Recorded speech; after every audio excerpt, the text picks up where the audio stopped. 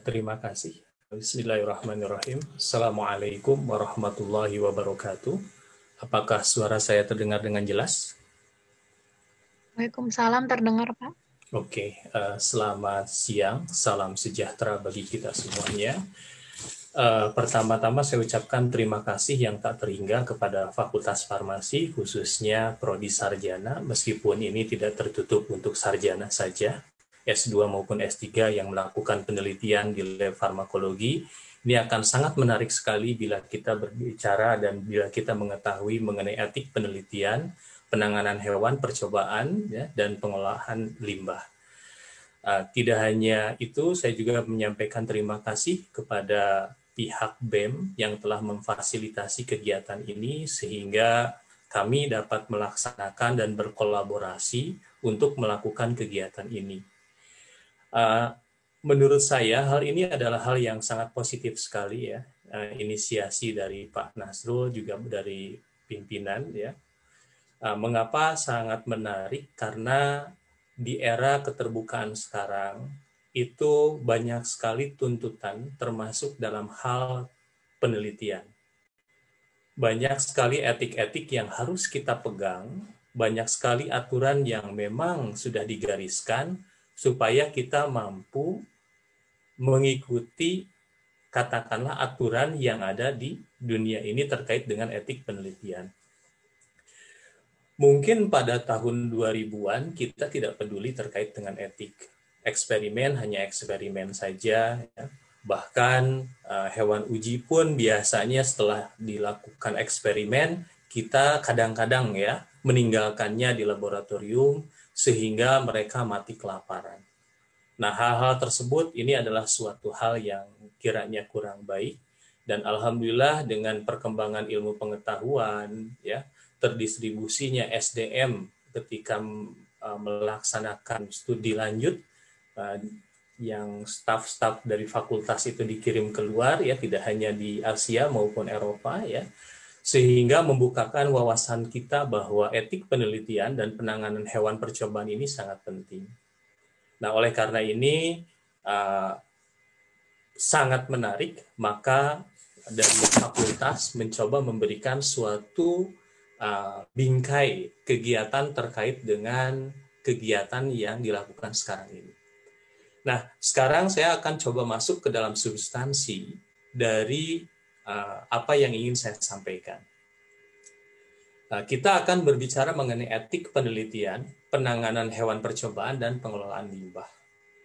Nah, pada materi yang akan saya sampaikan ini, ya, saya akan men-share terkait dengan apa yang saya peroleh ketika saya melanjutkan studi S3 di Jepang, khususnya di Tohoku University. Di sana, semua mahasiswa yang akan melaksanakan penelitian treatment terhadap hewan wajib mengikuti kegiatan ini.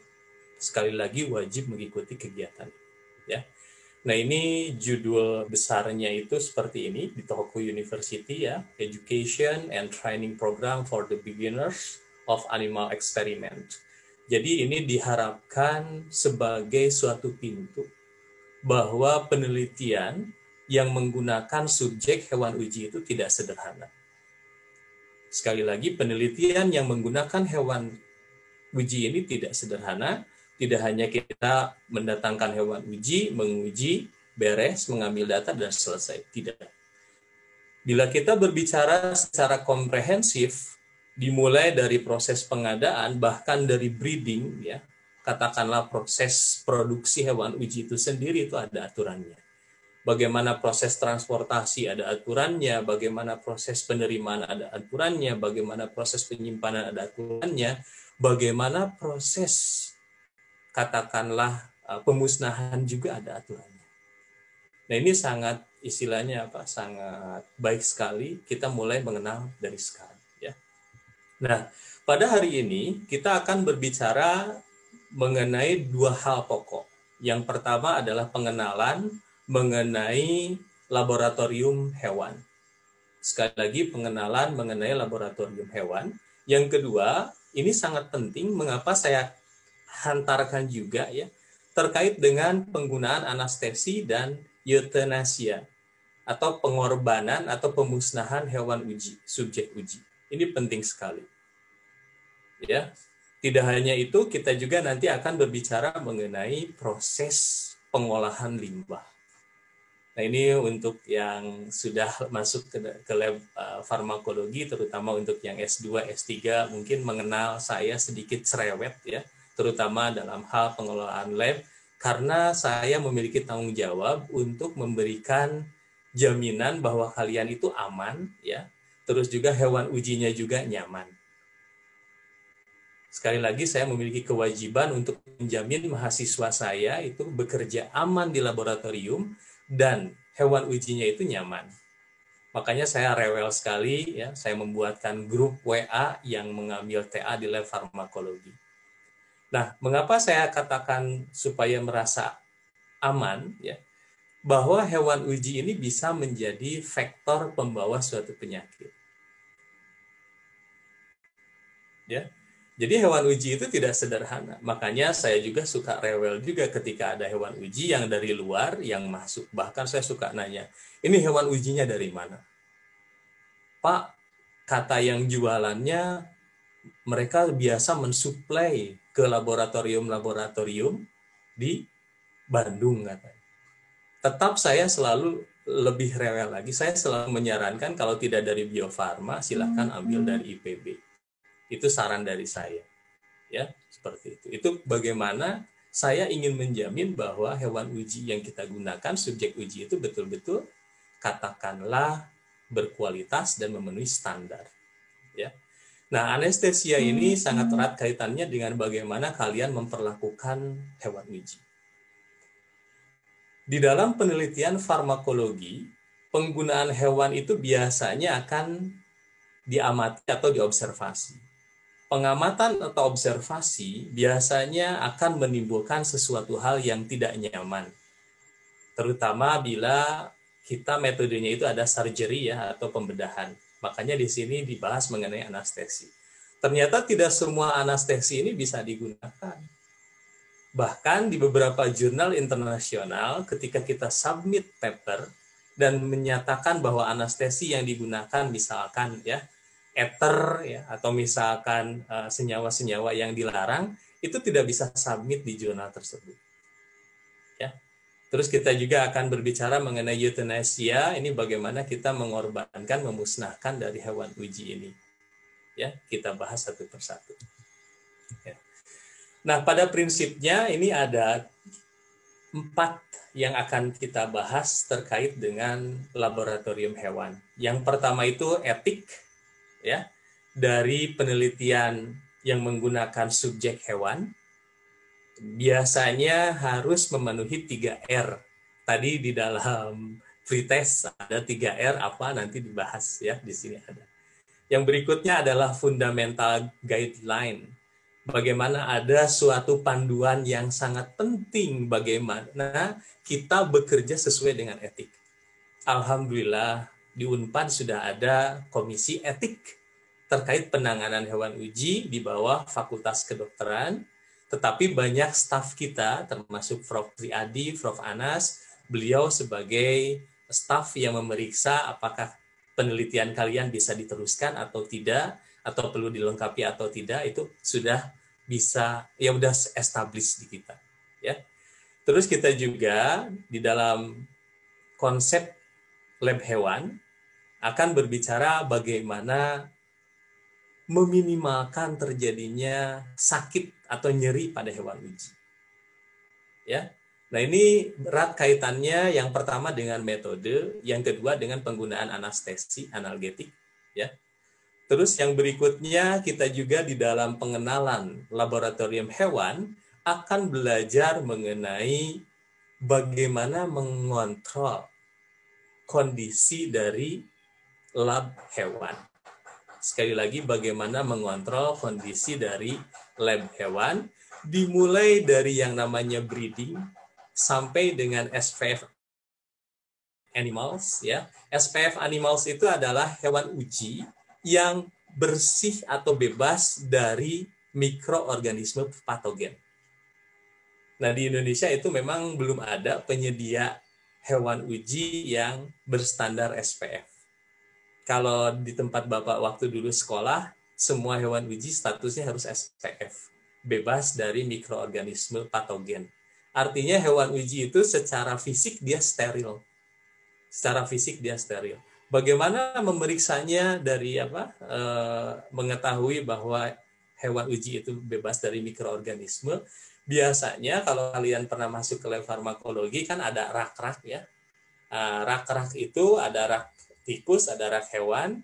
Nah, di antara tikus yang disimpan itu ada yang namanya itu satellite animals. Kalau di tikus, ya tikus lagi. Kalau di mencit, ya mencit lagi. Tapi disebut dengan satellite animal. Satellite animal ini disimpan di ruangan tersebut, ya. Kan kriterianya itu ruangannya itu steril. Kalau di luar negeri ya SPF itu ya. Nah, disimpan dalam tempo waktu 2 bulan. Nanti setelah 2 bulan diidentifikasi apakah ada jenis bakteri yang tumbuh atau yang hinggap di hewan tersebut. Kalau positif ada mikroorganisme, maka ruangan tersebut tidak boleh dipergunakan lagi untuk menampung atau menyimpan hewan uji yang statusnya itu SPF, bebas dari mikroorganisme. Tidak boleh, kecuali nanti disterilisasi lagi, ruangannya disetting lagi sehingga terjamin sterilnya. Setelah terjamin steril, boleh dimasukkan lagi hewan uji. Ya, ini sangat kompleks sekali kita berbicara mengenai lab hewan.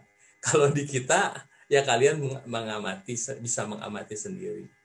Tapi insya Allah ke depannya komitmen dari fakultas, juga support dari kerjasama dengan kalian yang mengikuti aturan, lab ke depannya akan terus ditingkatkan untuk menunjang kenyamanan eksperimen kalian.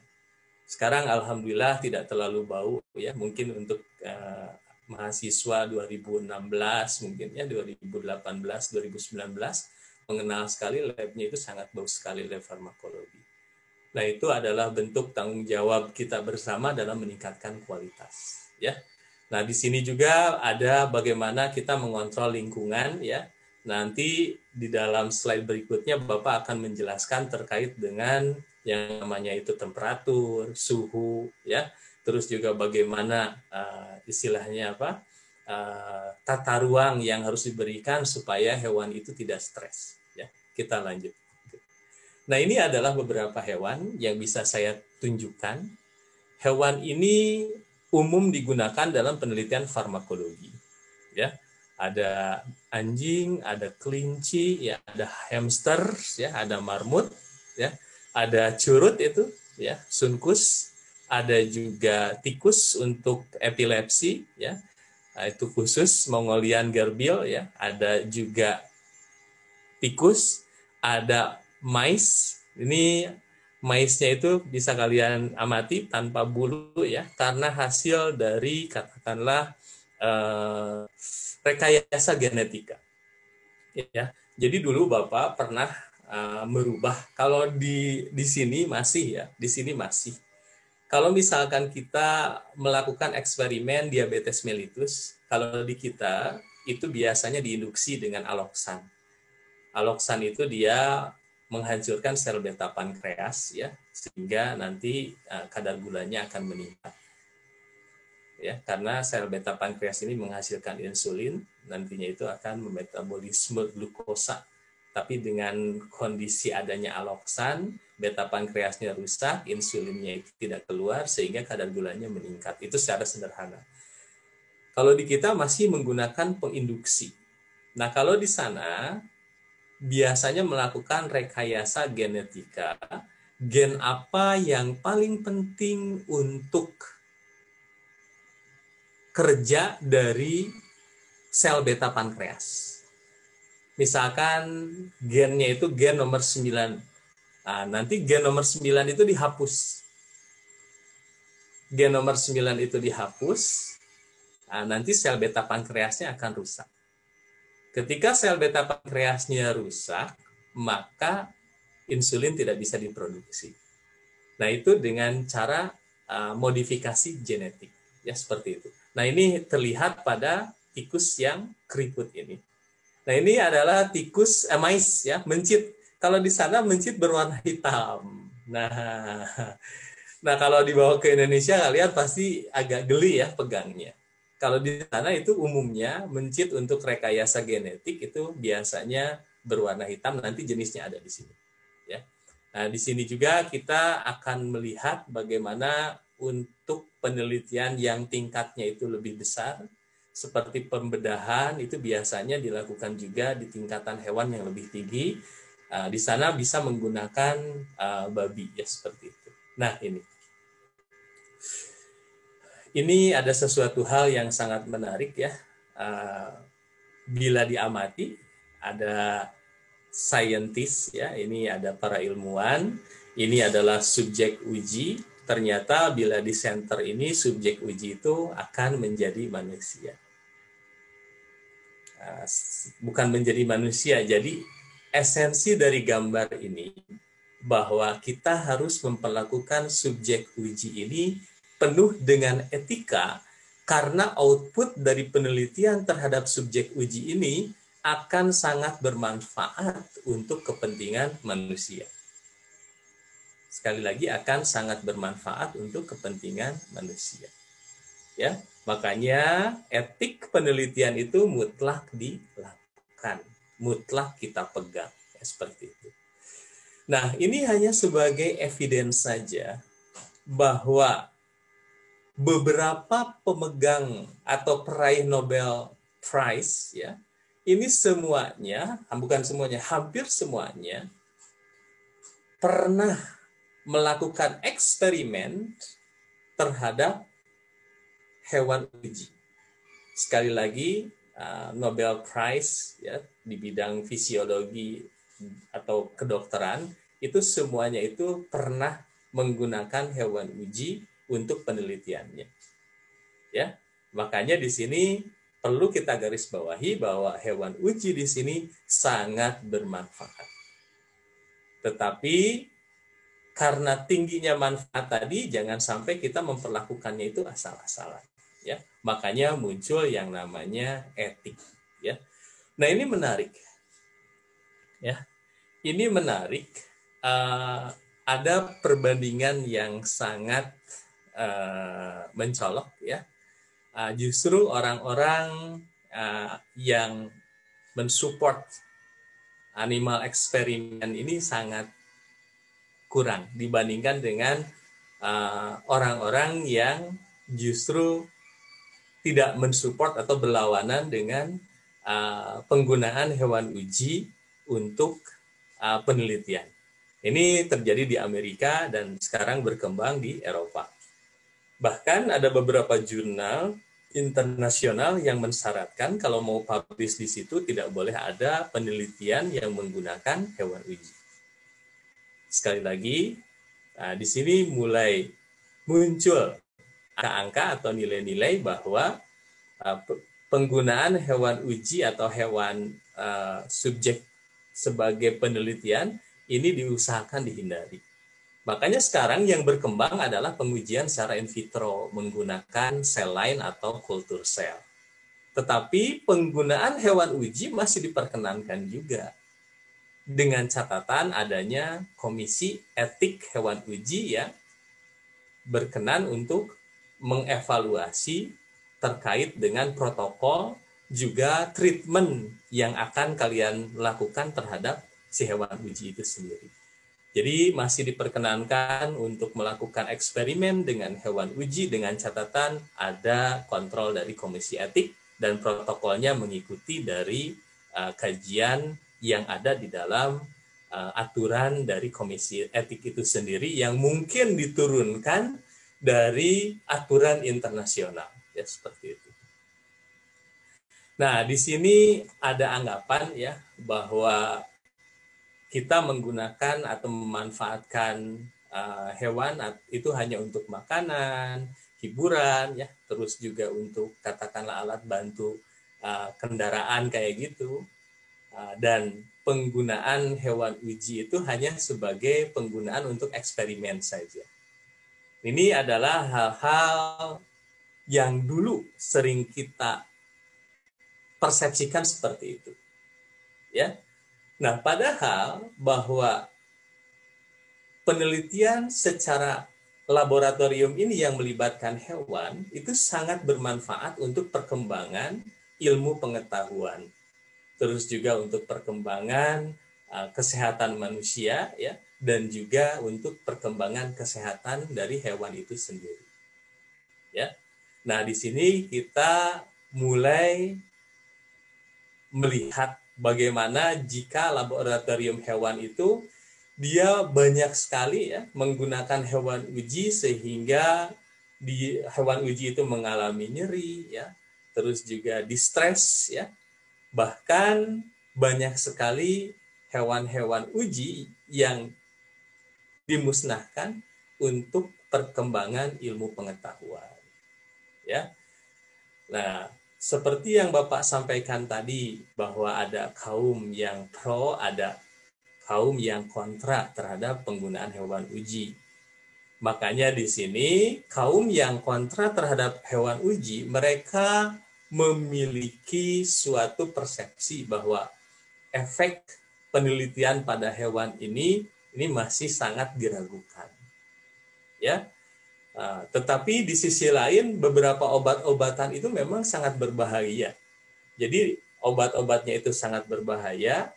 Nanti kalau misalkan disuntikan ke hewan uji akan berdampak Pak yang kurang menyenangkan lah, berdampak sakit lah, menyakitkan, bahkan bisa berdampak pada kematian. Nah, oleh karena itu, baik manusia maupun hewan, dia memiliki suatu hak-hak alamiah. Nah, di sini dikatakan ada human right. Kalau di manusia itu human right, kayak hak asasi manusia. Di sini hewan juga memiliki hal yang sama. Model-modelnya seperti human right ya, seperti itu. Jadi kita jangan istilahnya apa? Jangan asal-asalan mentreatment hewan ya. Misalkan kandangnya cuma satu, dalam satu kandang ada 20 ekor misalkan. Wah, itu tidak memenuhi peri kehewanan ya. Itu sangat menyiksa hewan. Tidak boleh gitu ya. Untuk mencit maksimal 8 ya, untuk yang wadah kecil yang baru di fakultas itu 8, 7, 8 masih diperkenankan. Idealnya 4 sampai 5. Untuk tikus bisa sampai 5 ya, kalau misalkan wadahnya yang besar juga yang baru sekarang di fakultas. Alhamdulillah sekarang di fakultas untuk fasilitas kandang sudah mulai berbenah, terutama untuk mencit dan tikus. Juga sekarang di lab farmakologi, kalau kalian mau melakukan penelitian menggunakan kelinci, kita sudah memiliki instrumen kandang untuk kelinci. Ya, alhamdulillah. Itu sesuatu hal yang sangat positif sekali, dukungan dari fakultas. Nah, di sini bagaimana sih eksperimen yang sangat baik sekali ya? Kondisinya seperti apa ya yang diperlukan untuk eksperimen pada hewan uji ya. Nah, di sini tentu riset kalian itu harus mampu meyakinkan komisi etik tadi yang ada di universitas ya, bahwa penelitian kalian itu akan memiliki manfaat dan memiliki arti. Jadi kalian itu harus memberikan suatu gambaran bahwa penelitian kita itu useful, ya, memiliki manfaat juga, dan juga memiliki arti yang sangat besar sekali bagi perkembangan ilmu pengetahuan. Terus juga untuk eksperimen yang sangat bagus itu biasanya harus dibuktikan secara ilmiah. Ya, dengan tadi adanya lembar etik yang harus kalian buat sebelum kalian memulai pekerjaan. Ya. Terus perlu kalian perhatikan bahwa riset kita itu harus memiliki nilai reprodusibilitas. Ya. Reprodusibilitas itu artinya bahwa eksperimen tadi ya, terus juga protokol tadi itu masih bisa diulang kembali dengan menggunakan metode yang sama. Ya. Oleh karena itu kalian harus mempertimbangkan ethical treatment, ya, atau etik, ya, dengan memegang prinsip 3R dan dengan memperhatikan bagaimana kenyamanan dan kesejahteraan dari hewan itu sendiri. Nah, kesejahteraan itu apa? Yang pertama, makanannya. Yang kedua, minumannya. Yang ketiga, tempat lingkungannya. Nanti akan dibahas satu persatu. Makanannya apakah baik, minumannya, kita belajar dari sekarang tidak boleh menggunakan minuman langsung dari air keran. Kita menggunakan air yang matang atau yang telah dimasak. Ya. Nah, segala sesuatunya tentu akan beristilahnya apa? Akan berlawanan dengan hukum atau dengan aturan yang berlaku seperti itu. Oke. Ini yang poin pentingnya, bahwa metode kita, eksperimen kita supaya mengikuti etik itu harus memiliki reprodusibilitas. Ya. Nah, ini kita akan membandingkan bagaimana proses reproducibility dari in vitro eksperimen dengan vivo eksperimen. Ya, untuk in vitro eksperimen, ya, simple, rigid. Jadi reaksinya itu jelas, ya, dan terlihat di dalam suatu skema reaksi di luar tubuh. Nah, sedangkan in vivo, nah ini kompleks. Kenapa kompleks? Contoh saja, untuk in vitro, ketika kita menggunakan sel, maka kompartemennya itu jelas satu, yaitu sel. Sedangkan in vivo, ketika kita injekkan obat, masuk ke dalam darah, di dalam mencit itu sendiri terdiri dari berbagai macam kompartemen.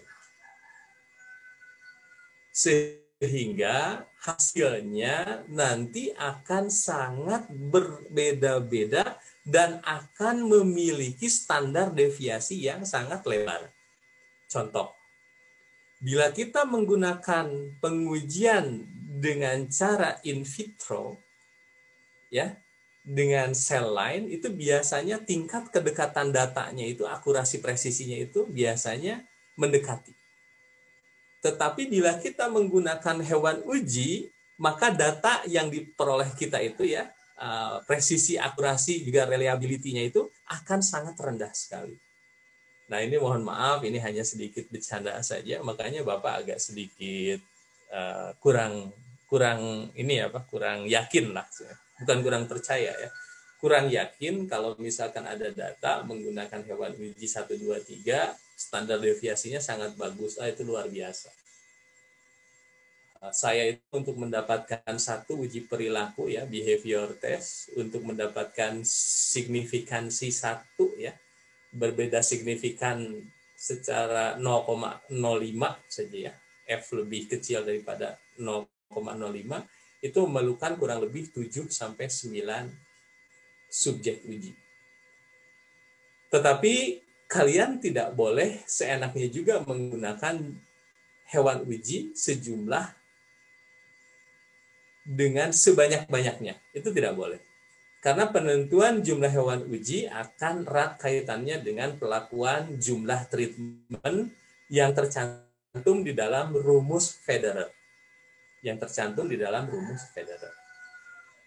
Oke, nah kita kembali lagi ke dalam slide ini. Esensi dari slide ini memperlihatkan bahwa pengujian in vitro itu akan lebih sederhana dibandingkan dengan pengujian in vivo. Karena lebih sederhana, maka data yang diperoleh untuk yang in vitro itu biasanya reprodusibilitasnya akan lebih tinggi, ya. Sedangkan untuk yang in vivo, dikarenakan perbedaan respon dari tiap individu, maka tingkat reprodusibilitas datanya itu akan sangat rendah. Ya, bahkan standar deviasinya akan sangat besar. Nah, itu perlu diperhatikan. Ya. Nah, untuk memperoleh tingkat reprodusibilitas yang tinggi dalam eksperimen, ternyata kita bisa melakukannya. Sekali lagi, ternyata kita bisa melakukannya. Melakukannya bagaimana? Dengan cara pengkontrolan dari proses pengkondisian dari hewan uji itu sendiri. Yang pertama, kita mengkontrol genetik dengan cara inbreed strain. Jadi kita menyilangkan yang satu genetik saja yang memiliki kedekatan genetik saja. Yang kedua, kita mengontrol lingkungan. Ya, jadi hewan uji yang akan digunakan itu berada dalam satu lingkungan yang sama. Nah, ini untuk meningkatkan reprodusibilitas data. Terus yang berikutnya kita mencegah ya terjadinya infeksi dengan menggunakan SPF animals. Ya. Dan yang berikutnya tentu harus memperhatikan bagaimana kesejahteraan dari hewan uji itu sendiri terkait dengan pakan, terus juga minumnya, terus juga tempat tinggalnya seperti chip ya. Dulu itu pakai sekam. Waktu Bapak S1 pakai sekam ya, nanti si hewan ujinya itu nanti brutus ya, sampai di kepalanya itu, di telinganya borok, gatal, banyak kutunya. Nah, sekarang kita sudah mulai merubahnya. Kita menggunakan bekas serutan kayu ya. Nah, kalau di luar negeri serutan kayunya itu dicuci dulu, dikeringkan, setelah dikeringkan disterilisasi dengan panas kering. Sekali lagi setelah di packaging, disterilisasi dengan panas kering, lalu digunakan untuk SPF animal yang bebas dari mikroorganisme patogen ya. Nah, ini adalah inbreed. Inbreed itu ini induknya, ada anaknya 4 ya. Nah, di antara anaknya 4 ini yang jantan dengan yang betina disilangkan lagi. Punya anaknya lagi ya. Ini boleh inbreed sampai generasi ke-21. Sampai 21 inbreed, kalau misalkan nanti biasanya akan timbul gangguan atau kerusakan. Biasanya kalian di sini harus dilihat ya. Biasanya kalau inbreed itu 99,9% gennya itu identik. Ya. Nah, di sini kalian juga harus mencatat di sini. Jumlah kromosom pada mencit itu adalah 40 kromosom, sedangkan pada tikus itu 42 kromosom. Ya, ini salah satu bagaimana menjaga supaya reprodusibilitas dari data kita itu dekat dengan menjaga genetiknya, yaitu dengan inbreeding ya, seperti itu. Nah, ini adalah contoh inbreed strain ya. Jadi nanti kalau kalian inbreed itu ya, yang mencit warnanya hitam ini adalah mencit jenis C57BL strip 6A. Bisa juga B6 ya. Ini biasanya berwarna hitam. Nah, mencit ini biasanya banyak atau umum digunakan ketika kita melakukan modifikasi genetik. Ya. Nah, umumnya kita di Indonesia menggunakan mencit ini Bob C ya, yang putih seperti ini. Ada juga yang putih yang lainnya. Ya. Ini jenis yang lainnya ya. Terus di sini ada mutan mencit. Nah, ini Pak Holis kalau tidak salah dia pernah menggunakan mencit yang dimutan ya untuk karsinogen. Dia dari senyawa radiofarmasi kalau tidak salah, di publikasi dia menggunakan mencit yang tidak berbulu ini. Harga satu mencitnya 5.000 yen ya. 5.000 yen itu kurang lebih sekitar 700.000 rupiah per ekor. Ya, kalian bisa bayangkan mahalnya seperti itu. Oke, tapi nggak usah dibayangkan karena di kita tidak ada seperti itu. Nah, di sini ini perlu saya tekankan. Nah, di lab hewan itu temperaturnya itu harus terkontrol 20 sampai 26 derajat. Ini adalah aturan dengan tingkat kelembaban 30 sampai 70%. Ya. Terus number ventilasinya itu 10 sampai 15 kali ya per jam ya.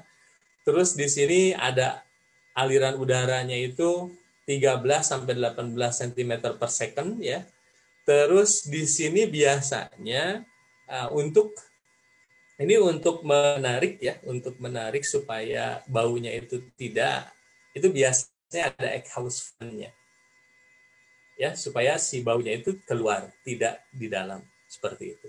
Terus aturan cahaya juga di sini diatur ya, biasanya keterangannya itu tingkatnya 150 sampai 300 lux ya, seperti itu. Jadi kalian kerja di lab itu tidak asal-asalan. Ada aturannya dan ini harus dipatuhi.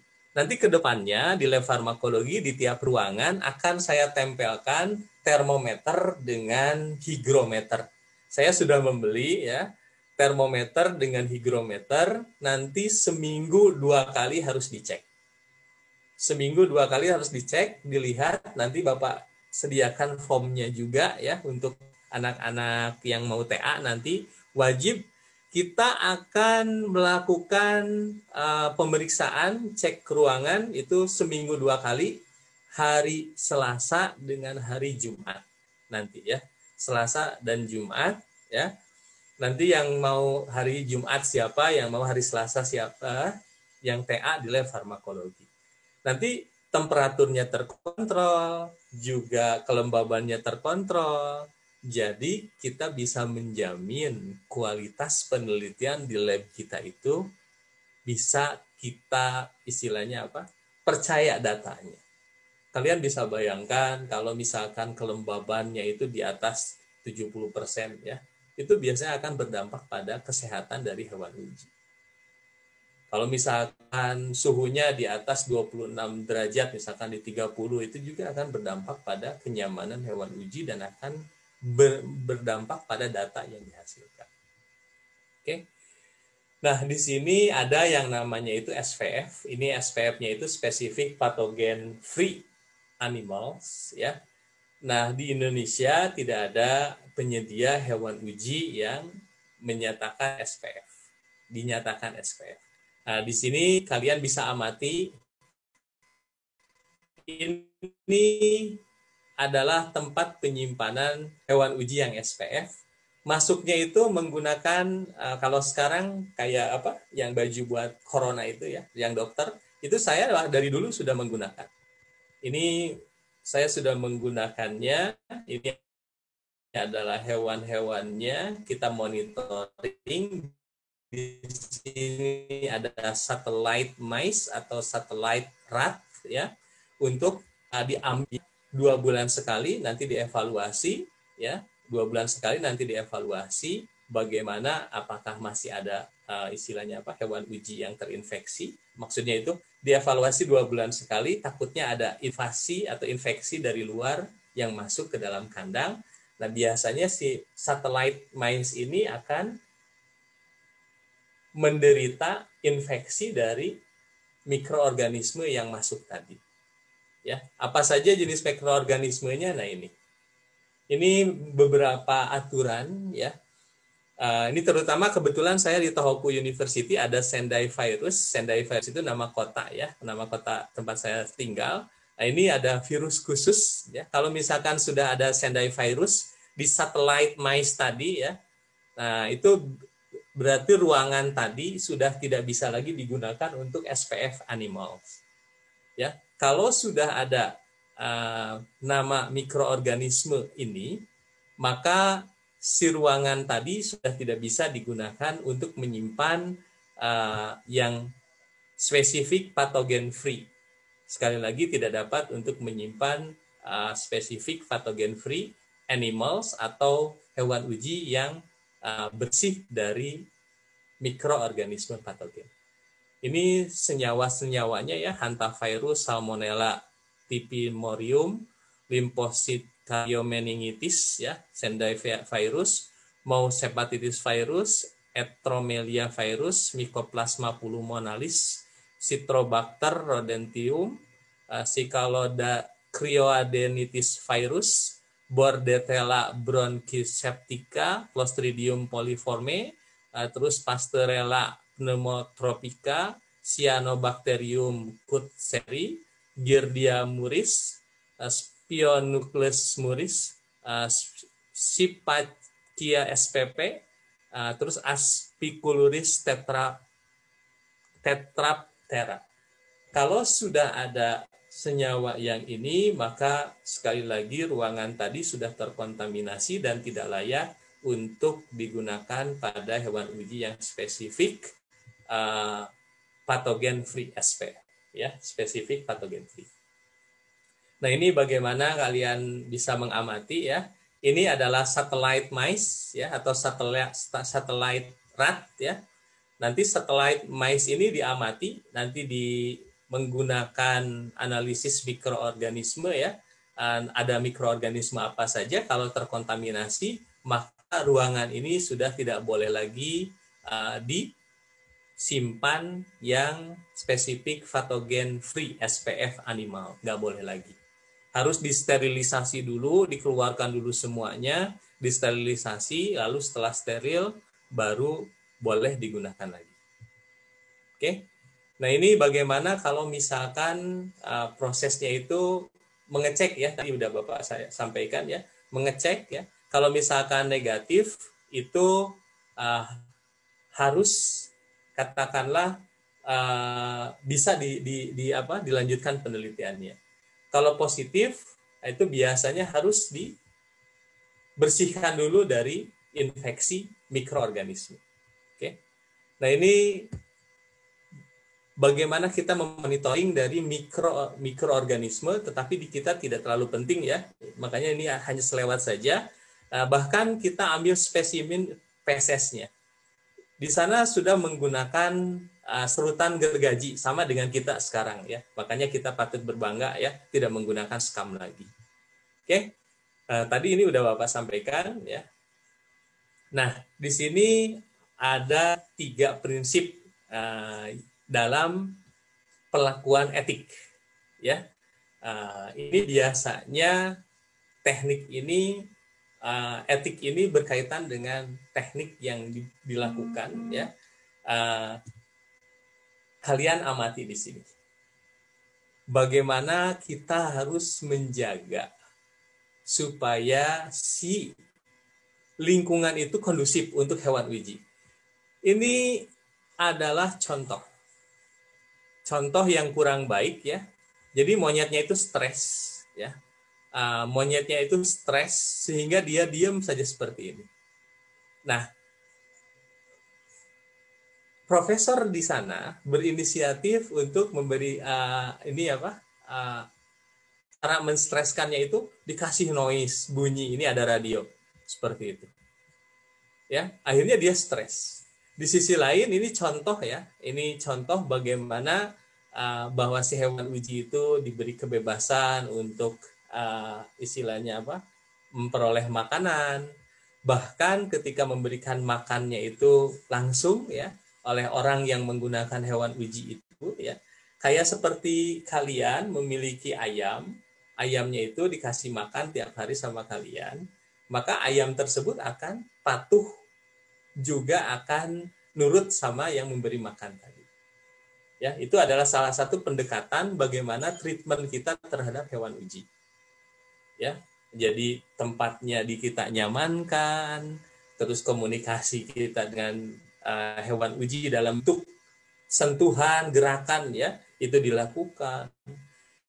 Ini mah kita punya hewan uji ya, disentuh pun nggak pernah, mendekat pun nggak pernah. Nah, itu tidak layak lagi untuk melakukan eksperimen di lab hewan. Ya, kalian amati di sini profesor itu sampai dengan dekat sekali dengan simpanse. Ya.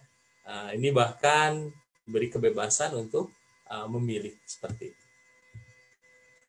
Oke, nah ini bagaimana di sana ya untuk kandang anjing itu memang dirancang, ada balon-balonnya, ada bola-bolanya, sehingga si anjing itu tidak stres. Ya. Ini bagaimana pengkayaan ya dari lingkungan itu sangat berpengaruh terhadap kondisi pertumbuhan dari hewan uji itu sendiri. Jadi etikanya lingkungan hewan uji itu harus kalian jamin nyaman untuk hewan uji itu sendiri. Ya. Nah ini bagaimana supaya si hewan uji itu tidak stres ya. Dikasih apa nih? Dikasih balon, ya dia main, lihat ada barbel juga ya, dia main juga. Ini bukan asal-asalan, ini adalah suatu metode yang digunakan supaya hewan uji itu tidak stres dan juga treatmentnya itu memenuhi etik. Ya, seperti itu. Nah, ini 3R itu dimunculkan oleh Russell and Barthes pada tahun 1959 ya. Dia mengajukan suatu standar etik untuk suatu penelitian yang menggunakan hewan sebagai subjek eksperimen. Apa itu 3R? Itu replacement, reduction, and refinement. Ya, dia itu istilahnya apa? Gunakanlah ya sejumlah animals yang paling sedikit. Makanya nanti itu istilahnya apa? Contoh nih ya, contoh. Kalau kita menginjeksi ya, pertama kali misalkan kita punya 5 hewan uji.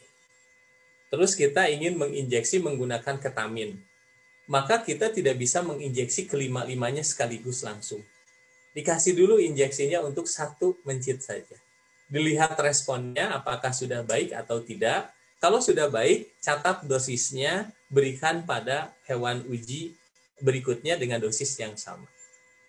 Kalau kita memberikan ketamin langsung aja sama 5 hewan ujinya, ternyata dosis ketaminnya toksik ya, melebihi dosis sehingga si hewan ujinya mati.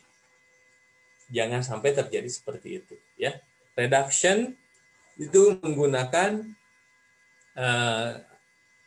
hampir sama ya, menggunakan hewan uji sesedikit mungkin. Refinement ya, dia itu istilahnya apa? Treatment kita itu harus memberikan suatu jaminan bahwa hewan uji ini tidak merasa stres ya. Biasanya memang untuk refinement ini diusahakan mengeliminir ya, mengurangi terjadinya nyeri pada hewan uji. Jadi 3R itu replacement, reduction, refinement ya. Nah ini staff ya, tempat Bapak dulu bekerja ya. Ini kenang-kenangan saja ya, udah hampir 1 tahun. Rindu ya dengan eksperimen. Biasanya saya 3-4 tahun di sana, tiap hari eksperimen ya. Tapi kalau hasilnya negatif itu bikin kita stres ya. Tapi mudah-mudahan di lab kita tidak stres ya. Meskipun negatif tetap semangat ya. Nah ini ada yang menarik. Bapak tidak pernah melakukan ini ya. Saya pernah sekali ya pas pertama kali. Baris di akhir tahun ya. Jadi ini menarik ya, di Jepang sebagai budaya saja ya, tidak perlu kita ambil sesuatu hal yang negatif atau positif ya. Di sana itu sebagai penghargaan rasa terima kasih kita terhadap hewan uji, itu tiap akhir tahun ada suatu skema doa bersama untuk berterima kasih kepada hewan uji yang telah kita gunakan, sehingga hewan uji tadi memberikan data yang baik dalam penelitian. Ini mengantri ya, ini semuanya dipimpin oleh dekan biasanya ya. Dipimpin oleh dekan, semua mahasiswa itu biasanya mengantri berdoa. Ini ada bunganya, lihat ya. Terus ada altarnya juga, ini ada altarnya seperti itu. Di kita tidak boleh dicontoh lah yang kayak gininya, tapi untuk etikanya, untuk treatmentnya kita contoh, untuk lingkungannya kita contoh ya, untuk pengolahan limbahnya kita contoh. Nah ini anestesi dan eutanasia untuk laboratorium animal. Waktunya berapa menit lagi? Untuk panitia waktunya berapa menit lagi? Masih terus aja? Oke, kalau ini kita lanjut ya. Oke, kita lanjut ya. Tadi ya ada 3R ya. Salah satunya itu refinement.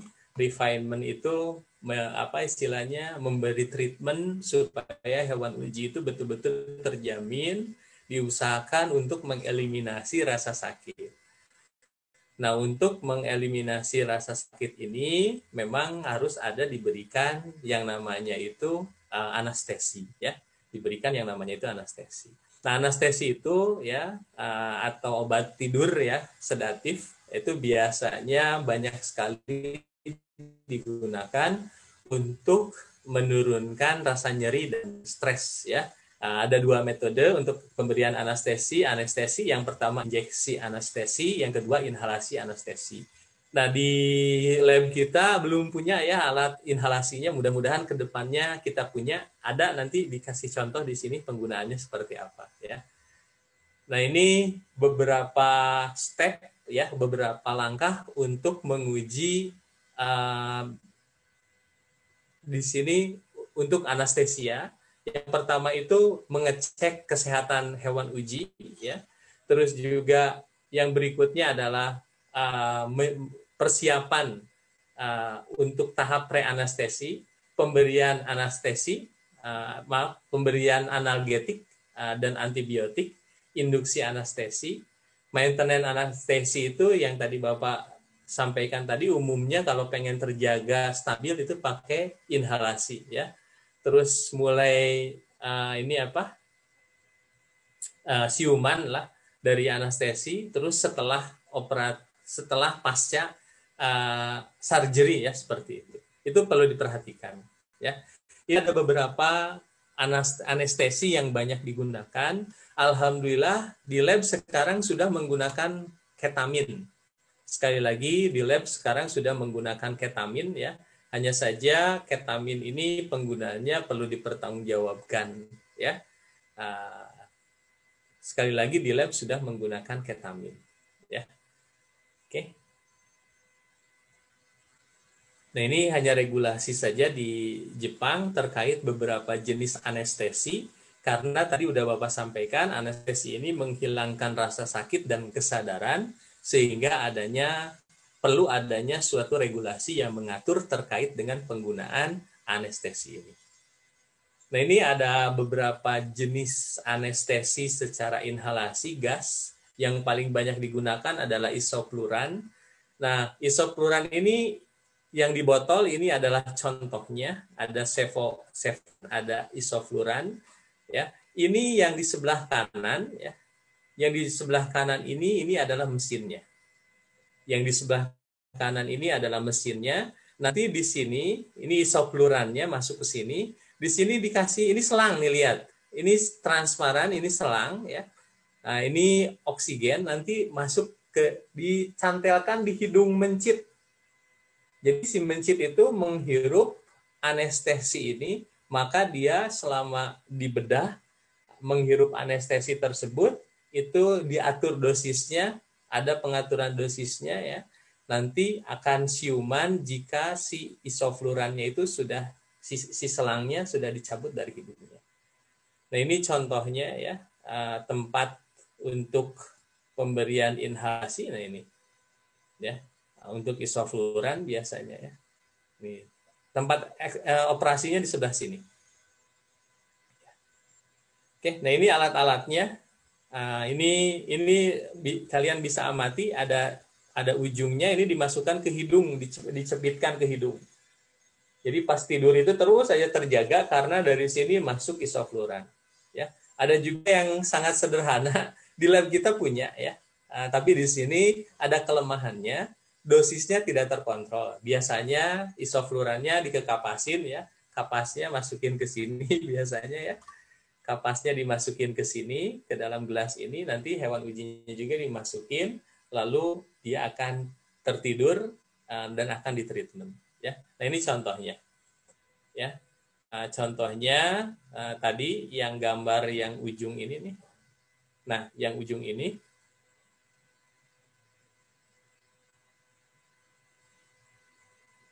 Nah, yang ujung ini nanti dimasukkan ke dalam hidungnya dari hewan uji, ya seperti itu. Oke, ini beberapa anestesi untuk mencit, ya. Isofluran, sevfluran untuk inhalasinya, untuk injeksinya ini banyak, ya. Ada medetomidin, ya, ketamin, ada pentobarbital. Saya biasanya menggunakan pentobarbital untuk mencit dengan dosis 2 mg per kilogram secara intravena. Saya tidak menggunakan isofluran, tidak menggunakan campuran sevofluran juga, hanya pentobarbital. Saya juga menggunakan ketamin sekarang di fakultas, ya. Nah, seperti itu.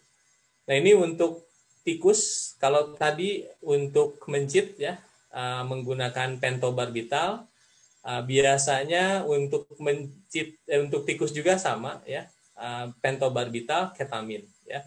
Untuk inhalasinya isofluran dan sevofluran. Nah, ini untuk kelinci karena dia sangat sensitif, ya. Biasanya untuk injeksinya itu hanya diberikan ketamin saja. Ya, sekali lagi karena kelinci itu sensitif, di anestesinya hanya diberikan ketamin saja, ya. Oke. Di sini ada beberapa anestesi untuk anjing, ya, untuk premedication bisa atoropin, ya. Terus untuk penginduksi anestesinya propofol atau tiopenton, ya. Untuk pemeliharaan anestesinya bisa dengan inhalasi isofluran dan sevofluran, ya. Pemberian dari pentobarbital itu bisa diberikan secara intravena, ya, seperti itu. Ini untuk babi, ya, sama dengan anjing, atropin, ketamin, ya, medetomidin, ya, isofluran. Ini juga sama untuk monkey, untuk primata, monyet, ya. Nah, ini penting, ya. Ketika kalian mau melakukan eksperimen, ini penting sekali nih. Makanya tandanya merah, ya. Ketika kalian sudah memberikan anestesi, terus si hewan ujinya kan diem, ya, diem aja gini. Terus kalian apakah boleh langsung membedahnya? Nah, tentu ada beberapa langkah-langkah yang perlu kalian cek ketika kalian telah memberikan anestesi, apakah anestesinya itu dia bekerja atau tidak, ya. Yang pertama, dicek dulu writing refleksnya. Terus palpebral, ya, matanya, ya. Terus pedal reflex, ya. Swallowing reflex, ya. Tail pins reflex, ear pins reflex itu dijembel, ya, di ini sama pinset telinganya. Kalau masih memberikan respon berarti itu belum boleh ditreatment atau belum boleh dibedah. Nah, biasanya yang paling banyak digunakan adalah pedal reflex. Kita mengecek kaki belakang atau kaki depan dipijit sama pinset.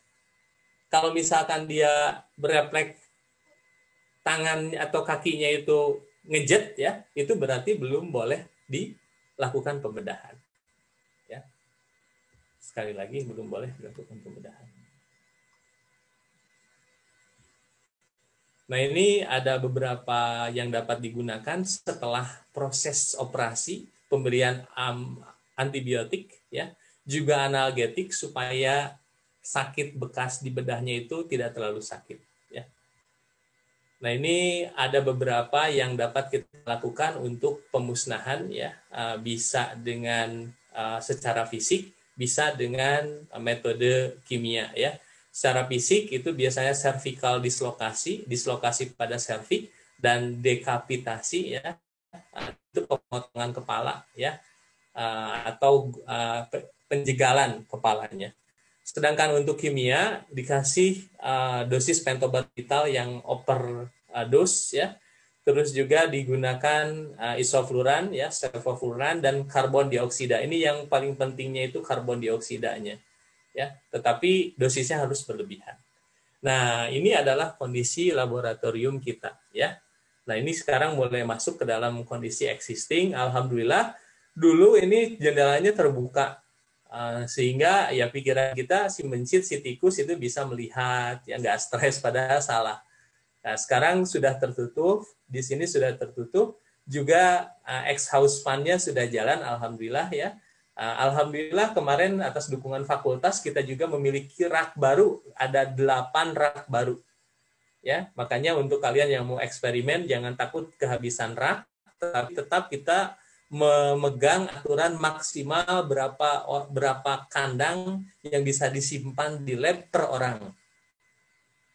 Ya, jadi gini, saya selaku kepala lab harus berbuat adil juga ya pada semua mahasiswa bahwa untuk mahasiswa itu ada yang pengujiannya itu menggunakan dosis sampai 12. Udah menggunakan dosis sampai 12 itu dilakukan selama 3 bulan. Sehingga dosisnya udah 12. Ekstraknya itu ada 5. 12 kali 5 berapa? 60 ya, 60 box dari tikus, kalian bisa bayangkan, maka semuanya itu tidak akan penuh, semuanya akan penuh dan tidak semua mahasiswa itu akan terakomodir. Makanya penelitian itu harus bertahap ya, sebaiknya dilakukan secara bertahap sehingga tidak menggunakan kandang yang terlalu banyak. Nah ini kondisi yang sekarang ya, alhamdulillah sekarang juga sudah banyak ya, sehingga sekarang sudah masuk rak semuanya. Ini untuk menjamin welfare sendiri. Mengembangkan kandang untuk tikus agak besar ya. Kalau dulu tikus sama mencit itu tingginya sama kandangnya. Kalian bisa bayangkan tikus itu yang besar ya harus terus ya ini merayap, nggak bisa berdiri. Ya, makanya sekarang yang sangat besar ini mungkin yang S2, S3 yang alhamdulillah ya. Mereka sekarang sehat-sehat. Dulu itu sedikit-sedikit ada yang mati ya. Sekarang tidak terlalu, belum saya menemukan kalau misalkan yang mati karena tidak dikasih makan atau minum. Tapi sekarang alhamdulillah sudah mulai membaik ya. Nah ini untuk yang mencit ya, ada beberapa yang sudah dipakai. Kita juga di lab ya sudah memiliki alat membuat pakan ya. Nah ini ada satu yang terpenting pada siang ini adalah terkait pengolahan limbah. Nah saya itu prihatin ya, ternyata kita itu melakukan hal yang betul-betul ya bukan salah ya, karena kita tidak tahu, jadinya ya hal itu diteruskan sampai sekarang gitu. Habis eksperimen itu biasanya kalau habis nginjek, si jarum itu dibuang kemana saja. Ternyata tadi sudah Bapak katakan bahwa mencit itu bisa menjadi faktor penyakit. Ya. Nah, itu biasanya si needles-nya itu harus ditutup kembali dan nanti yang tajam-tajam itu dimasukkan ke dalam kontainer seperti ini. Alhamdulillah di lab sudah ada. Saya akan menyimpannya di lab eksperimen yang di sebelah sana, yang dekat lab yang dekat kandang hewan, itu boleh digunakan di situ. Sampai sekarang belum saya simpan di sana. Mengapa? Karena saya ingin mengumumkan bagaimana cara penggunaannya. Dan alhamdulillah sekarang sudah bisa saya umumkan cara penggunaannya mudah. Semua injeksi, semua jarum-jarum injeksi yang pernah kalian gunakan untuk menyuntik subjek hewan uji kalian itu dimasukkan ke sini. Dimasukkan ke sini, nanti setelah full akan Bapak ambil ya, nanti akan kita kirimkan ke perusahaan atau pihak ketiga yang mengolah limbah B3. Ya. Nah, dulu itu sampai Bapak pulang itu memang bahkan sampai sekarang masih ada ya yang membuang jarum bekas menyuntik itu di mana saja. Itu nggak boleh. Kalau ketahuan sama komisi etik, itu lab kita itu kemungkinan akan dicabut lisensinya untuk melakukan penelitian pada hewan. Itu kalau di luar negeri ya, tapi nggak tahu kalau di sini seperti itu ya. Jadi sekali lagi nanti skalpel habis operasi jarum, habis nginjek dimasukkan ke dalam kontainer berwarna merah ini ya, kontainer untuk ditampung sementara. Nah, ini berikutnya, ini mimpi saya, tapi kemarin sudah didiskusikan dengan pimpinan ya. Katanya kita mau difasilitasi. Jadi di lab kita itu hewan uji setelah digunakan itu dikorbankan. Badannya dibawa dikubur. Ada yang mending lah kalau misalkan dibakar atau diinsinerasi dengan lab bersamaan dengan lab bersama ya, lab sentral ya. Nah, nanti ke depannya rencana Bapak mudah-mudahan secepatnya juga datang alatnya. Ini freezer ya. Jadi nanti kalau kalian sudah beres menangani hewan uji sesuai dengan etik, kita harus mengorbankan hewan tersebut secepat mungkin. Sesuai dengan etik, kita harus mengorbankan hewan tersebut secepat mungkin. Lalu setelah dikorbankan, katakanlah jasadnya atau bangkainya dimasukkan ke dalam freezer ini. Kalau tidak langsung dibakar menggunakan insinerator. Kalau misalkan kalian memiliki akses untuk membakar langsung, oh kebetulan lab sentral mau menggunakan insinerator hari besok, langsung kalian dekapitasi atau korbankan tikus atau mencitnya, bawa ke lab sentral untuk dilakukan pembakaran dengan insinerator secara langsung. Kalau misalkan pembakaran atau penggunaan insineratornya 3 minggu lagi, kalian sudah beres eksperimennya, tidak usah nunggu 3 minggu dikorbankan. Begitu beres, korbankan, nanti masukkan ke kulkas ini, ke icebox ini. Nanti icebox ini, nah, kalau sudah penuh dan waktunya itu pemusnahan dengan insinerator akan dikirim ke sana. Ya seperti itu. Oke, jadi paham ya. Jadi limbah itu jangan dibuang sembarangan, jangan dikubur ya gitu ya. Nah, ini untuk formalin. Formalin itu senyawa yang sangat berbahaya, banyak digunakan untuk mengawetkan organ tubuh. Ya, makanya setelah digunakan formalin itu tidak bisa kita buang ke dalam wastafel. Biasanya ditampung terlebih dahulu, itu biasanya kalau di Jepang itu dalam jerigen berwarna kuning sesuai dengan kesepakatan.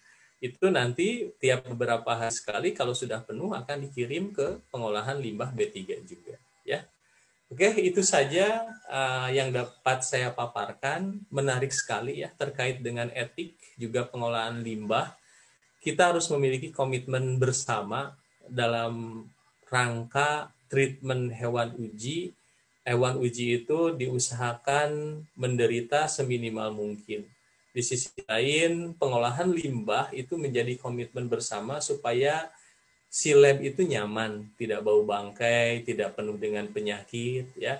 Terus juga hewan ujinya juga nyaman. Terus satu lagi sekam tadi belum dibahas ya, bukan sekam apa alas tidur ya, itu harus diganti minimal seminggu sekali. Seminggu sekali alat tidurnya itu harus diganti ya, dibersihkan. Cara membersihkannya mudah. Nanti ada bukan tutorial ya, ada SOP-nya. Yang pertama, si kandangnya itu dibersihkan dulu ya secara fisik dari dari serutan gergaji yang kotor, dimasukkan ke dalam plastik hitam. Nanti sesudah bersih secara fisik, tetapi memang masih banyak menempel kotoran atau apa, dibersihkan di luar. Tidak boleh membersihkan kandang di dalam wastafel, nanti di luar akan difasilitasi dengan kran supaya si kandang itu dibersihkannya di luar. Kalau di wastafel itu biasanya wastafelnya itu nyambung ke saluran pembuangan, nantinya itu mempat karena adanya kotoran atau bekas sekam atau bekas serutan gergaji yang digunakan pada hewan uji. Ya, jadi sekarang sudah Bapak kasih tahu bagaimana etik penanganannya, dimulai dari menyimpan hewan uji, terus juga penggantian tempat tidurnya ya, serutan gergajinya seminggu sekali, terus seminggu 2 kali kita melakukan pengecekan ruangan ya, terus juga bagaimana cara pemusnahan hewan uji sudah saya sampaikan, bagaimana cara mencuci kandang juga sudah saya sampaikan. Itu adalah beberapa bagian dari etik juga pengolahan limbah terkait dengan penelitian yang dilakukan di Laboratorium Farmakologi Fakultas Farmasi Universitas Padjadjaran. Mungkin itu saja yang dapat saya sampaikan. Saya buka beberapa pertanyaan, ya. Silahkan, ya. Ada yang mau bertanya? Dan Pak, saya izin bertanya. Silahkan. Nama saya Iza dari angkatan 2018. Tadi penasaran sama yang treatment setelah mencitnya dikorbankan itu kenapa ya Pak nggak boleh dikuburkan? Soalnya selama ini kan belajarnya tuh emang langsung dikuburin. Kalau untuk alasannya kenapa Pak harus langsung dibakar? Ah, begini ya. Eh, Sebetulnya bukan dibakar. Jadi saya itu lebih kalau mau dibakar pakai insenerator mah enggak, ya. Kalau dibakar secara itu secara langsung itu bukan dibakar kayak kita bakar ayam atau bakar bukan ayam lah, kayak jadi dibakar yang saya sampaikan di sini adalah harus langsung dibakar menggunakan insenerator, bukan dibakar secara seperti yang kita bayangkan, bukan seperti itu. Mengapa harus disegerakan? Karena ya eksperimen itu umum, termasuk pengujian anti kanker. Nah, di saat hewan uji itu sudah beres, terus tidak dilakukan pemusnahan sesegera mungkin, contoh untuk anti kanker saja, dia memiliki agen-agen kanker yang ada di dalam tubuhnya dan kemungkinan akan membahayakan dari yang melaksanakan praktikum. Sekali lagi, ini hanya sebagai contoh yang kemungkinan besar bisa terjadi. Pak, bagaimana kalau saya mah hanya uji analgetik saja, bukan kanker, tetap saja kalau misalkan hewan ujinya dibiarkan, terlantar, terus juga sakit, muncul mikroorganisme, bisa menginfeksi yang sedang bekerja. Jadi esensinya kenapa harus dibakar dengan insinerator secara sesegera mungkin? Yang pertama adalah untuk menjaga supaya tidak ada yang namanya itu dampak negatif yang dapat ditimbulkan dari hewan uji yang telah kita gunakan. Nah, terkait dengan pembakaran tadi bukan dibakar secara sederhana yang kita kenal, tetapi dibakar secara dengan menggunakan insenerator. Sekali lagi beda dibakar dengan secara sederhana dengan dibakar dengan menggunakan insenerator. Suhunya pun akan berbeda. Oke, terima kasih pertanyaannya. Apakah ada yang mau ditanyakan lagi atau belum puas? Silahkan. Bapak mau ini lagi Pak. Ya, Jadi sebenarnya boleh nggak Pak kalau dikubur? dikubur Atau tidak boleh. Tidak boleh. hmm, Ya, oke Pak, mulai Bapak sekarang tidak boleh dikubur, titik ya. Apalagi dikasih nama, nggak boleh. Dikubur dikasih nama. Kasih nisan nggak boleh. Sekarang kita olah mulai sebaik-baiknya. Ya, gitu. Ada lagi?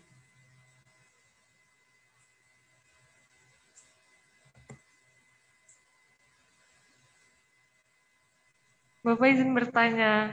Mangga, Terima kasih Pak. silahkan. Bapak kalau misalnya penanganan hewan biar hewannya nggak saling apa namanya berantem tuh gimana ya Pak? Nah, Biar ya, nggak saling gigit-gigitan. ya. Itu Ya gimana tuh Pak? biasanya permasalahan pertama yang pertama itu ada dua yang umum terjadi. Yang pertama adalah kondisi kandang yang tidak memadai. Kandangnya itu kapasitasnya untuk maksimal 5, kalian tambah jadi 6. Itu yang pertama. Yang kedua, kondisi makanan yang tidak memadai. Satu lagi, kondisi bobot hewan uji yang tidak seragam. Jadi, kalau kalian eksperimen, hewan ujinya yang pertama itu dimasukkan ke dalam satu kandang, pilih hewan uji yang bobot badannya nggak terlalu jomplang. Misalkan 25, 26, 25, 26, 25, 26, masukkan ke situ. Jangan 25, satu ada yang 32. Biasanya ada yang besar ya kalau untuk babsi ya. Itu biasanya akan berkelahi atau mengintimidasi. Yang kedua itu karena makanan kurang ya, sehingga berkelahi, itu biasanya berebut makanan. Yang ketiga, tempat suasananya itu tidak nyaman, apakah itu kecil atau sekamnya, bukan sekam, alasnya itu jarang diganti. Itu yang sering terjadi. Terus saya pernah melakukan eksperimen ya, bobot hewan itu akan konstan bahkan naik, tidak turun ketika kita rajin mengganti alas alas eksperimen yang serutan gergaji itu. Semakin bersih tempatnya, misalkan 3 hari sekali diganti, itu bobot badannya konstan cenderung naik. Kalau jarang diganti, itu konstan cenderung turun. Itu penelitian saya, sudah dilakukan. Sayang belum terpublikasi. Ya, seperti itu. Mungkin itu saja yang dapat saya sampaikan terkait bagaimana mencegah supaya tidak berkelahi hewan ujinya. Pertama, masukkan bobot badan hewan uji yang mendekati ya. Jangan terlalu jomplang bedanya. Yang kedua, gunakan kondisi lingkungan yang sehat. Yang ketiga, terakhir, pastikan pasokan makanan, pakan, dan minuman itu terjamin. Oke. Ada lagi yang mau ditanyakan? Silakan.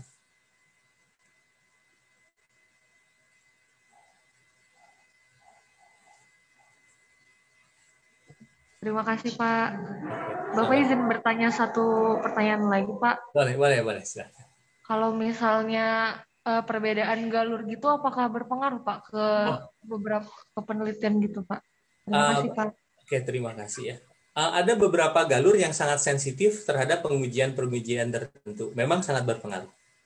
Sekali lagi sangat berpengaruh, tetapi yang perlu kalian pegang itu adalah satu. Yang perlu kita pegang adalah kalau kita menguji analgetik galurnya pada galur A, itu semuanya harus pada galur A. Jangan sampai yang satu pada galur Wistar, yang satu pada galur yang lain kayak gitu. Itu nggak boleh. Ya, kalau pada tikus kayak gitu. Tapi kalau pertanyaannya itu apakah berpengaruh, galur itu akan berpengaruh terhadap pengujian tertentu. Ya, seperti itu. Oke, ada lagi yang mau ditanyakan? Pak, saya izin bertanya. Silahkan.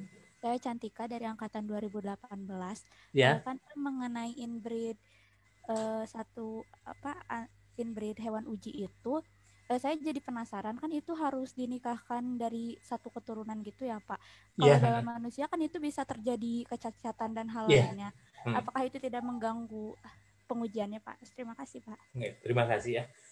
Jadi inbreed itu untuk menjamin supaya si genetikanya itu mendekati homogen. Sekali lagi betul ya, supaya si genetiknya itu homogen. Tetapi betul apa yang disampaikan oleh teman kalian ya. Kadang-kadang inbreed itu suka berdampak pada kecacatan. Makanya tadi kan inbreed itu biasa sampai 21 generasi. Sisanya itu tidak direkomendasikan. Nah, bagaimana supaya tidak terjadi kecacatan? Biasanya disortir yang sehat dengan yang sehat. Kalau yang cacat tidak boleh lagi dipilih sebagai indukan. Itu mungkin alternatif yang bisa kita gunakan untuk mencegah supaya inbreed ini tidak menghasilkan keturunan justru yang kualitasnya akan lebih menurun. Seperti itu. Terima kasih. Ya, betul apa yang ditanyakan tadi. Ada lagi? Izin bertanya, Pak. Saya Ray dari angkatan 2020. Iya, silakan Ray. Untuk penggunaan ketamin itu pelaporannya kita ke etik atau memang ada sipnap tertentu dari lab gitu, Pak? Seperti kan ketamin maksudnya ke narkotik gitu ya, Pak ya? Iya. Jadi ketamin jadi gini, penggunaan obat-obat anestesi ini, kenapa ketamin dipilihnya pentobarbital, itu adalah obat-obat anestesi kuat. Memang etik. Karena ya, kalau fenobarbital itu biasanya anestesinya itu lemah ya. Nah, khawatirnya ketika kita memberikan anestesi yang lemah, itu ketika kita membedah itu sebetulnya masih dirasakan sakit pada hewan ujinya itu.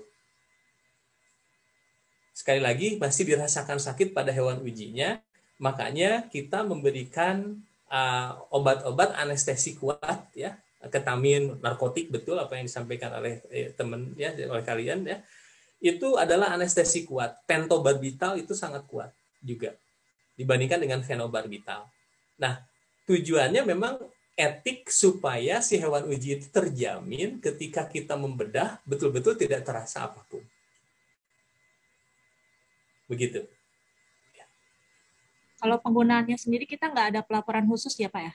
Ya, itu digantungkan pada regulasi negara masing-masing. Tadi dikatakan di slide saya di Jepang, saya tidak membahas secara detail ya. Untuk ketamin itu memang di Jepang itu ada regulasi dan harus dilaporkan.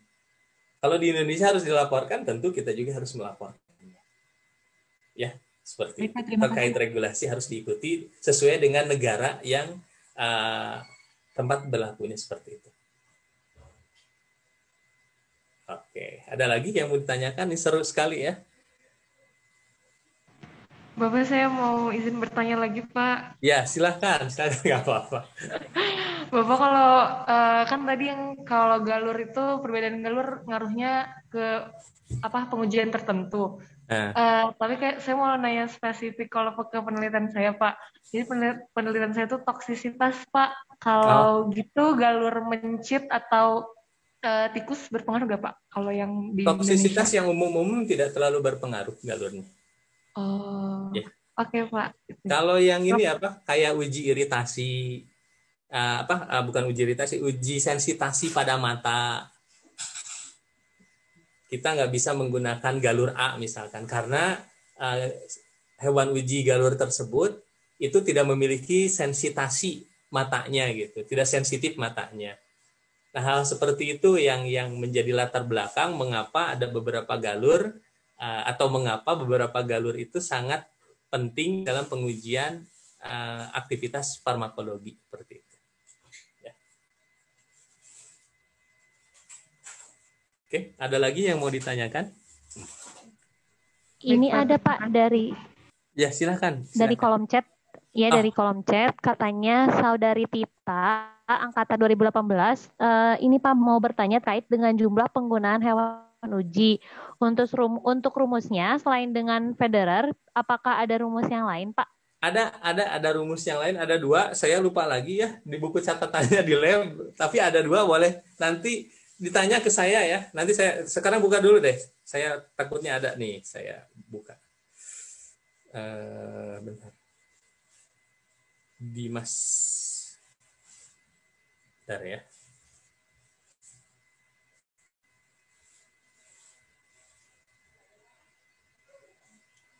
Ada 2. Saya sudah mencatatnya dan saya selalu menyarankan untuk cross check dengan menggunakan 2 rumus tersebut ya. Apakah sama atau tidak.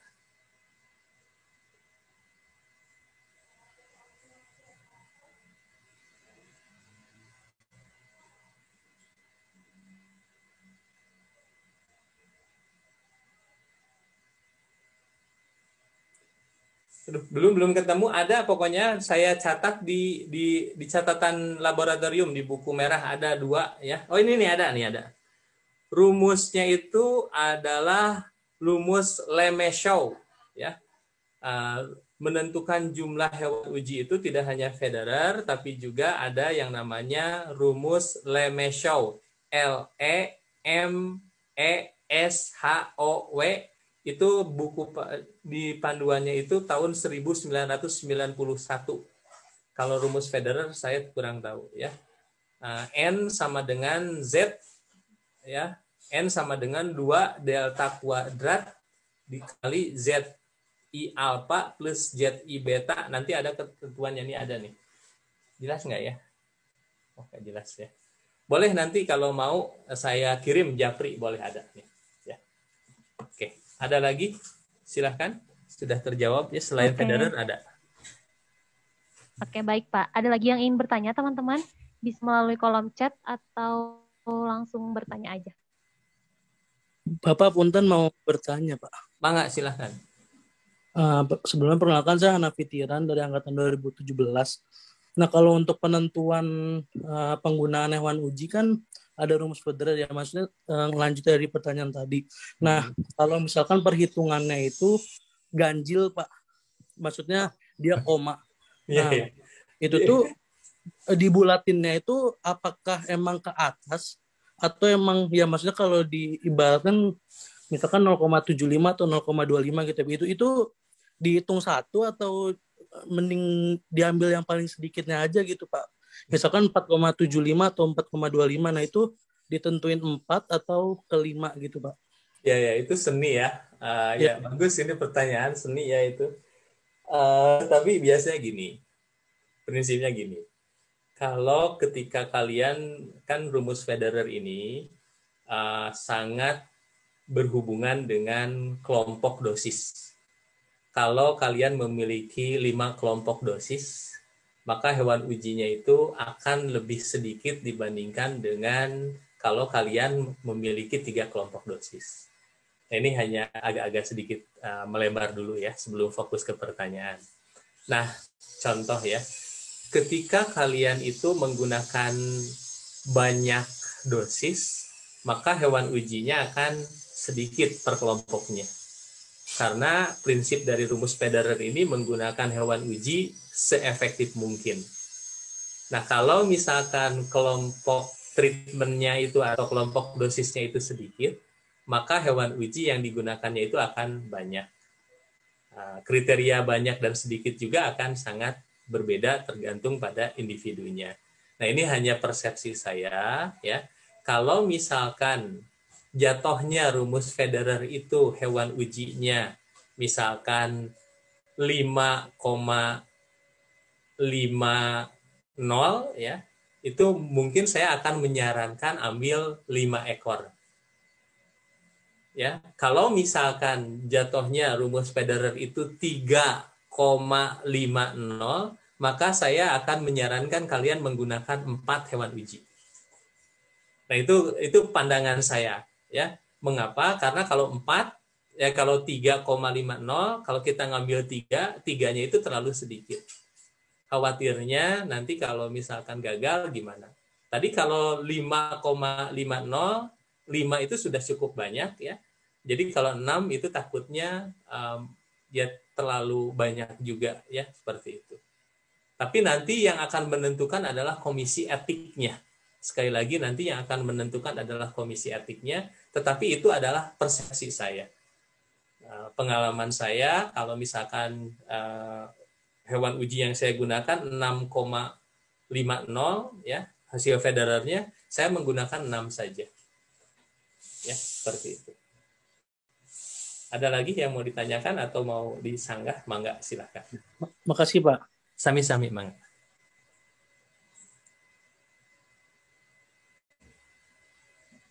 Oke, ada lagi? Ada, Pak, lewat kolom chat. Chat mana sih? Udah Bapak teh?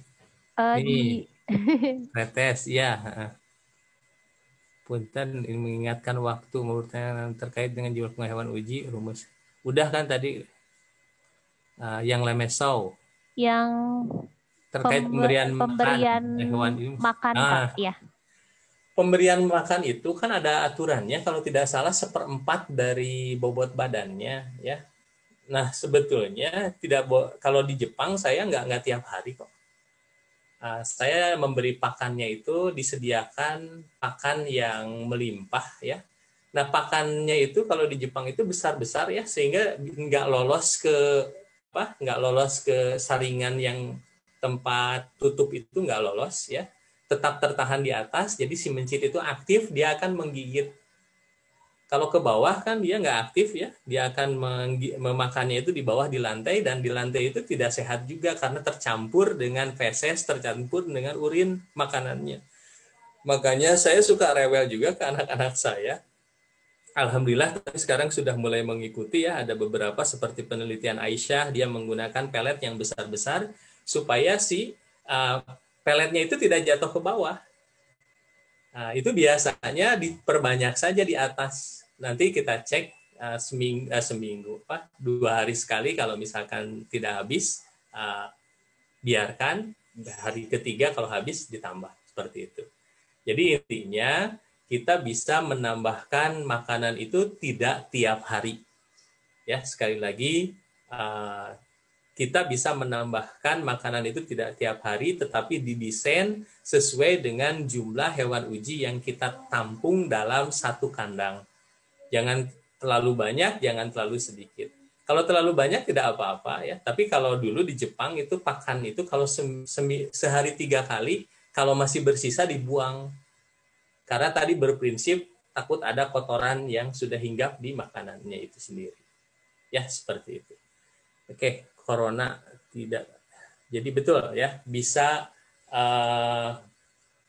memberi makannya bisa seminggu 2 kali. Ya. Ada lagi yang mau ditanyakan?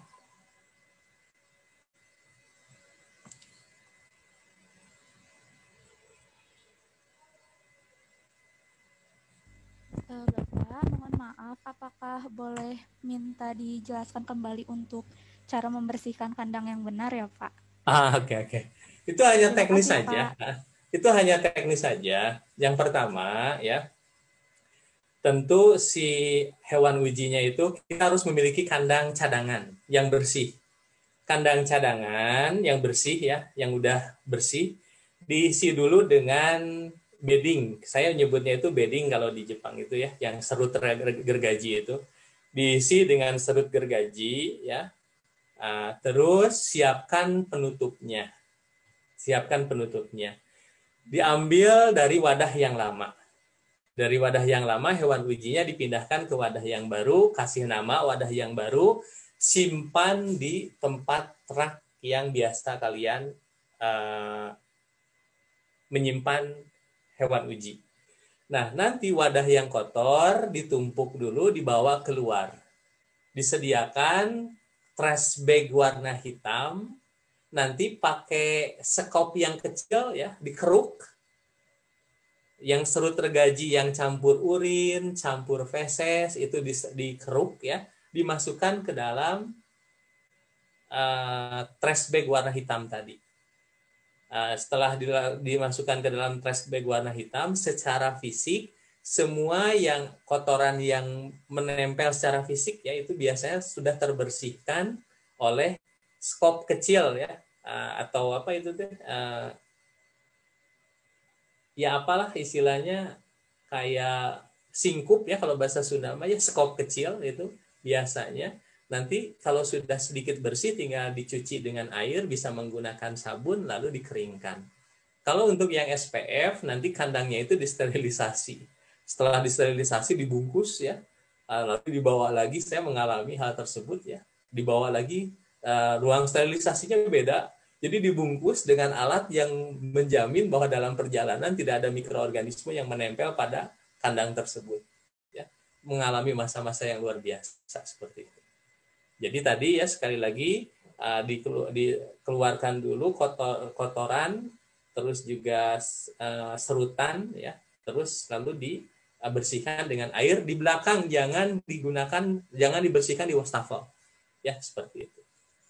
Oke, jelas apa yang saya jelaskan? Jelas Pak, terima kasih. Oke, sama-sama. Ada lagi? Ada lagi? Luar biasa sekali ya.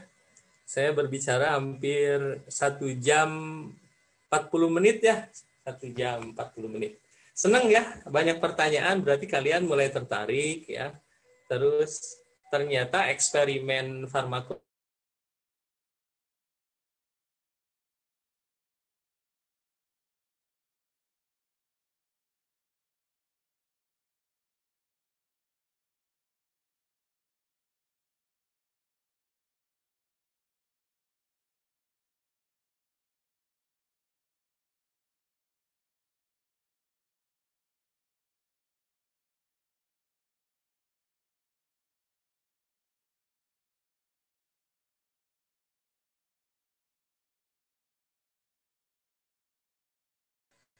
ada lagi yang mau ditanyakan?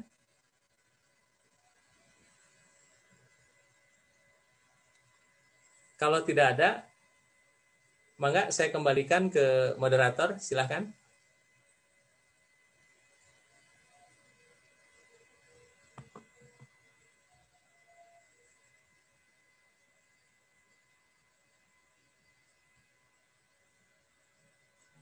Baik, terima kasih Pak atas materinya.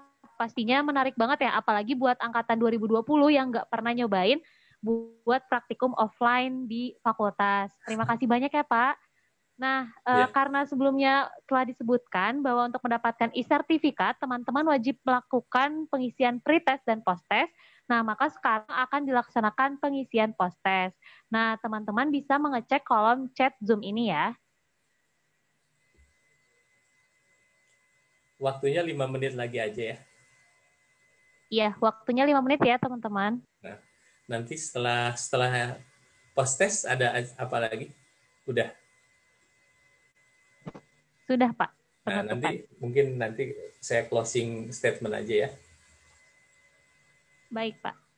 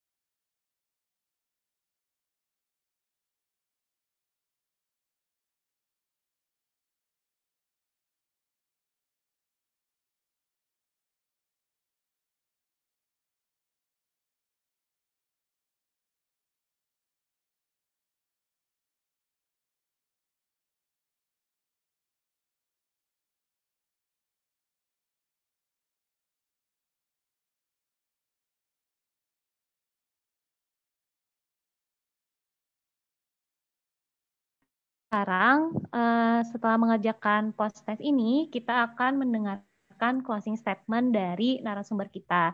Nah, kepada Pak Wilar, dipersilahkan. Oke, terima kasih atas kesempatannya. Kita sekarang ada di penghujung acara pada acara istilahnya apa ya ini? Disebutnya apa ini teh? Oh, ini apa? Online modular course. Online modular school ya. Tentang etik penelitian, penanganan hewan percobaan dan pengolahan limbah. Nah, acara ini diadakan oleh fakultas dalam rangka meningkatkan kualitas penelitian di lingkungan Fakultas Farmasi. Di sisi lain, kita juga memperkenalkan bagaimana pengelolaan limbah. Selama ini kita terjerumus ke dalam pengelolaan limbah yang turun-temurun seperti yang telah kita lakukan sekarang. Nah, kita mulai merubah kebiasaan tersebut ke arah yang lebih baik. Kita juga tidak menutup kemungkinan untuk selalu bekerja sama dengan pihak manapun yang akan memberikan suatu solusi aktif terkait dengan pengelolaan limbah, terutama limbah biologis, di lingkungan laboratorium, terutama di laboratorium farmakologi. Nah, saya berharap juga dengan adanya online modular course seperti ini, mudah-mudahan kalian juga lebih mengenal ternyata penelitian farmakologi itu tidak semudah atau tidak sesederhana yang kita kenal. Ada etik penelitian, ya, ada juga teknik-teknik penanganan, ada beberapa persyaratan lingkungan yang melekat pada laboratorium yang harus kita sediakan, dan memang itu menjadi suatu persyaratan untuk melahirkan suatu penelitian yang berkualitas. Sekali lagi, mudah-mudahan pelatihan atau online modular course ini terkait dengan etik penelitian, penanganan hewan percobaan dan pengolahan limbah dapat memberikan manfaat khususnya kepada semua mahasiswa yang mengambil tugas akhir di laboratorium farmakologi, juga untuk semua mahasiswa lain meskipun tidak mengambil tugas akhir di lab farmakologi, mudah-mudahan dapat memberikan wawasan bagaimana suatu regulasi itu selalu ada pada aspek manapun kita melaksanakan eksperimen. Mungkin itu saja yang dapat saya sampaikan. Sekali lagi, semoga bermanfaat. Saya mohon maaf bila ada kekurangan. Wabillahi taufiq wal hidayah. Assalamualaikum warahmatullahi wabarakatuh. Saya kembalikan kepada moderator. Ya, waalaikumsalam warahmatullahi wabarakatuh. Terima kasih banyak Bapak Wilar telah menyampaikan pemateriannya pada siang hari ini. Banyak banget ya teman-teman insight kita tentang praktikum di farmakologi dan farmasi klinik ini ternyata ya terkait penanganan hewan. Nah, sebelum kita menutup acara ini, akan diadakan sesi foto bersama di Zoom. Mangga kepada TT Operator bisa dipimpin dokumentasinya. Baik, mangga kepada teman-teman peserta yang ingin menyalakan kamera dipersilahkan. Ayo nyalain dong, Bapak pengen foto bareng. Nyalain ya semuanya.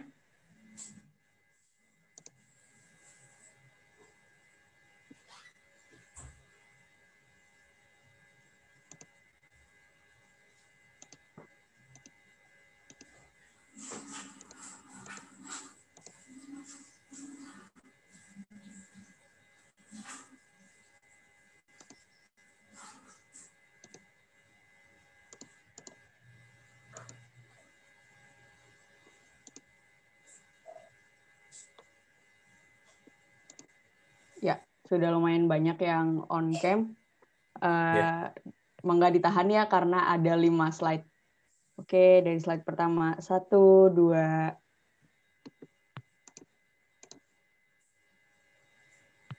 Oke, slide selanjutnya. 1, 2.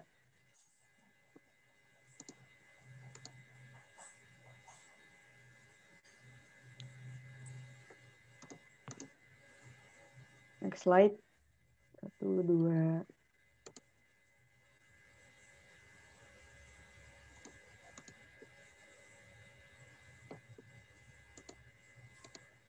Slide terakhir.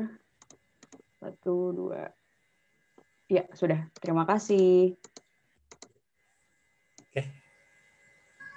Ya, terima kasih semuanya juga telah sampai di ujung acara kita pada siang kali ini. Semoga di tengah kondisi pandemi ini tidak menjadi penghalang kita untuk terus belajar, apalagi di dunia farmasi ini. Nah, saya ucapkan kembali terima kasih banyak kepada narasumber kita pada siang kali ini, Bapak Wilar. Semoga menjadi banyak manfaat untuk kita semua. Sekian dari saya selaku moderator dan pembawa acara pada siang kali ini. Wassalamualaikum warahmatullahi wabarakatuh. Waalaikumsalam warahmatullahi wabarakatuh.